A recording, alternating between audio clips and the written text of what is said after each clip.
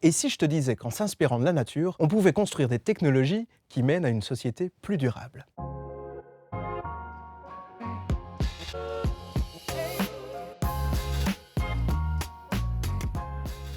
Oui, je pense, oui.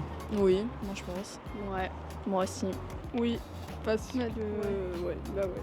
On va se baser sur des animaux qui ont réussi à survivre pendant longtemps. Ils sont capables de résister à des températures extrêmes, à des changements de climat extrêmes. Puisque tu parles de changement climatique et de température extrême, on pourrait en effet s'inspirer des termitières. Et d'ailleurs, les ingénieurs et architectes le font déjà au Zimbabwe, où le centre commercial d'Eastgate s'est inspiré de cette structure incroyable. Alors une termitière, ça marche en ayant des salles qui sont dans le noir et des systèmes de ventilation tout à fait automatisés en creusant des trous qui permettent à l'air de circuler. Les termites, qui vivent donc en Afrique, peuvent donc avoir une température bien régulée à l'intérieur de la termitière et pas trop chaude malgré des conditions assez incroyables.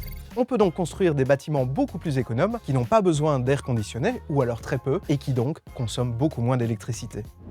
Un autre exemple, en s'inspirant cette fois-ci des plantes qui, tu le sais, captent la lumière pour produire l'énergie dont elles ont besoin. On pourrait s'inspirer des plantes pour créer des panneaux photovoltaïques à la fois souples, qu'on pourrait donc placer dans plein de conditions différentes, parce que ce ne sont plus de grands panneaux rigides, et aussi des panneaux qui captent la lumière à plus faible intensité et quand elle vient de directions différentes. Et oui, parce qu'une feuille de plante est capable de capter la lumière pour la photosynthèse, peu importe d'où elle vient, tandis que le panneau préfère une lumière qui est directionnelle et qui vient du haut.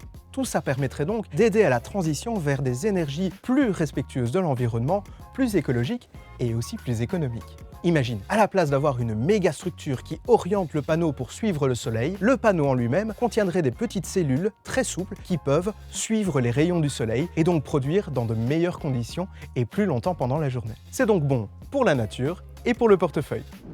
Allez, dans le prochain épisode, je t'emmène à l'intérieur du corps humain pour voir si on ne peut pas utiliser la nature, les plantes et les animaux pour avoir des technologies médicales beaucoup moins invasives, beaucoup moins douloureuses et surtout beaucoup plus respectueuses.